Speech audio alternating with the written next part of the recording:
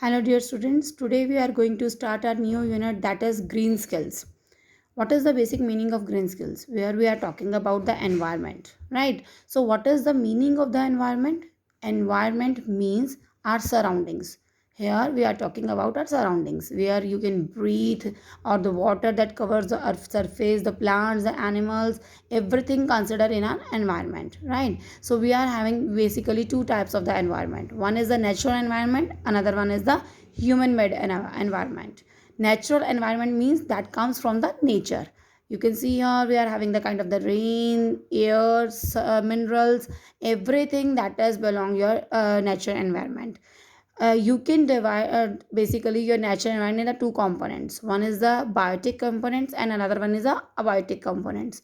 Biotic means we are talking about the living organisms, and abiotic means the non-living organisms, right? Biotic means the fungi, insects, birds, plants, everything included is known as the biotic. Whereas abiotic means we are talking about the air, water, sunlight, mineral, soil. These all are the abiotic. So when we combine abiotic and biotic, both the components, they form the natural environment, right? And the meaning of the human made environment means the artificial environment. That is basically you can see in the cities. The cities are the best examples of the human made environment because they consist of the physical, biological, social, and the cultural factors over there. Okay, so here you can see we are having the two types, biotics and the abiotics. Biotics including the living things and the abiotics including the non-living things. Now what do you mean by the ecosystem? Consider a small pond near your home. This is the best example of an ecosystem. You may find various types of the living things, from microorganisms to insects and the plants in it, right? These may depend on the non-living components such as the water, sunlight, air, and the nutrients in the water for their survivals. This pond is an example of ecosystem. Basically we can say ecosystem is a community where living and non-living components both are independent on each other, interdependent on each other, right? Means the dependency of the living thing on the non-living thing, and the dependency of the non-living thing on the living thing, that is basically the main component of your ecosystem. And the surrounding the living things in an ecosystem, you can say each organism has its role to play. Each ecosystem is unique, but all the ecosystems consist of the three primary components. What are these? First is the autotrophs, then the heterotrophs, and the non living matter. What is the meaning of the autotrophs? They are the procedure of the energy. Plants make up the majority of the autotrophs in an ecosystem. Means you can see that the plants roll a vital role, right? Plants where they basically actually the basic source of the food. Okay, and they can easily convert the energy basic and the another part is the heterotrophs. They are the basically used for to consume the you can say consume the energy, right? So you can say heterotrophs means they are the consumers of the energy. These are the organisms which depend directly or indirectly upon the autotrophs of their food. And whereas the non-living matter, it is soil, sediments, leaf litters, and other organic matters found on the ground or at the bottom of an aquatic system, right?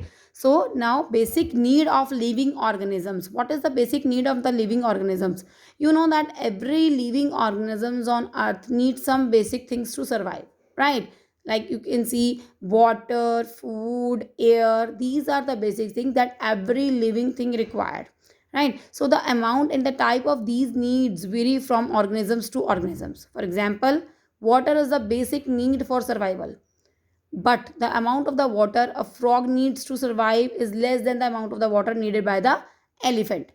So it depends, you can say, on the person to person or to living thing to living thing. Five basic needs that all living things require to survive are sunlight, water, air, food, and habitat. Basically you can say the habitat's temperature. Okay, so sunlight means why we require the sunlight? Because of the energy. Okay, water, that is again because of your nutrients, or you can say the minerals, and air because of the breathe, and the food, the how you know that food plays a vital role in our body or in our life, because without food we cannot survive. Okay, and the another one is the temperature, right temperature, because every habitat having the right requires a right temperature. Imagine if you have to live in a place which is either too cold or too hot. Is it possible to survive? No, not at all, because we required a kind of the particular temperature. Okay, so next is the relationship between the man and the environment. What is the basic relationship between man and the environment? The interrelation between the man and the environment is well established from the earliest time to the present day. However, the relationship has varied during the different stages of the evolution of humans and their society. In this relationship, the environment influences the life of the human beings, right? Human adapt of their changes environment, but sometimes they also modify the natural environment according to their requirements. Basically, what is the meaning of it? Means according to the choice, man changes their environment's positions, or you can say that they created their own artificial environment, right? So the early humans lived in the lap of the nature. Their survivals depends on their natural environment, but this time we cannot say the same thing, because man created their own environment, the artificial environment, and according to their requirement they can change their habitats positions also. So next is effects of the human activities on the environment. Which kind of the human activities actually affect on the environment? You can see in this picture the kind of the pollutions here. We are having the so many types of the pollutions, like the water pollution, the air pollution, the land pollution, soil pollution, right? So these kind of the pollutions basically affect on our environment. Okay, so we can say environmental degradation is now a global problem. More than 1.5 million people have died as a result of the natural disasters over the past 50 years. Why are the natural disasters on the rise? Are we tampering too much with nature? Yes, actually, we are doing the same. So, if we just want to stop, if we just want to save our environment, we have to stop this kind of the things. Now, the next one is the ecological imbalance. What is the ecological imbalance? What is the meaning of it? Anything that attempts to alter the balance of the ecosystem can threaten the existence of the ecosystem. Means if we just want to change our ecosystem, it means we are just ecological imbalance situation, right? Some of the threats can be resolved if the natural conditions can are restored, but we have to focus on the various factors, how we just have to stop this imbalance situations. So let us understand some of the important factors. What are the factors that basically imbalance our logical system? Is over exploitations of natural resources. So over exploitations refers to the overuse of the natural resources. If you just use overuse the natural resources, it means you are just doing the imbalance process. Means if just we if we harm the wildlife or the fishes or the stocks, the fossil fuels, these all are imbalance our ecological system.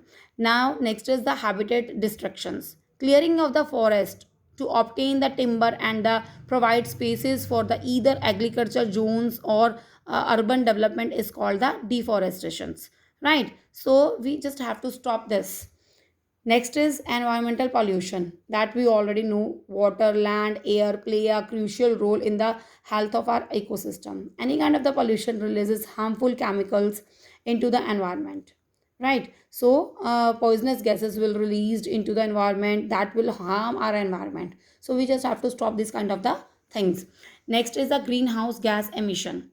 Greenhouse that traps the heat in the atmosphere are called the greenhouse gases. The primary greenhouse gas that humans emit directly in significant quantities in the Earth's atmospheres are carbon dioxide, methane, nitrogen, nitrous oxide, and CFCs. right? So when these kind of the gases will release, this basically harm our greenhouse. And because of this, the ozone basic layer will also destroy. So we just have to stop this kind of the imbalances. Next is nuclear weapons or the radioactive waste. These all are, you can say, the factors that affects our ecological imbalance system. Right now, ways of the conserving natural resources, how we have to conserve to mean save, right? So we are having the several bases. First, tips to conserve the natural resources are reduce. We are having the three r's: reduce, recycle, and reuse. Reduce means buy only the essential things and reduce the consumption of the natural resources. This is the best way to conserve these resources. Next is recycle. Recycle means to process the old items and create the something new. And reuse means use the same object over and over again before recycling, compositing, or throwing it away. Right. So these three R's are the basic, you can say, the resources that conserve our natural life. Some tips to reuse the things are: write on both sides of the paper, drink from the glass or reusable the stainless steel cups instead of the throwaway papers, use clothes towels and napkins instead of the paper towels, take a cloth bag. These all are the basic reuse things. Next is the environment protection and the conservation. Conservation of the environment means the proper use and the management of the natural resources.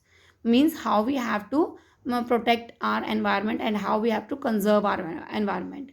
Some of the essential steps for the protection of the environment are: develop environment friendly habits such as proper handling of the waste and the refrain from the using polythene bags, use less electricity, refers to the Energy Star ratings while buying electrical appliances, use LED CFL bulbs. These all are the basic things that conserve our environment. So plastic composites, try to reduce, try to educate the peoples in your locality for the protection and the judicious use of the natural resources, encourage afforestations or use the biogas and the biofuels at home. Industrial waste and the sewage must be the treated before they are related into the water bodies. So these all are basic things with which we can easily save our environment. Please revise the complete chapter so that you can easily understand the basic things. Thank you and have a nice day.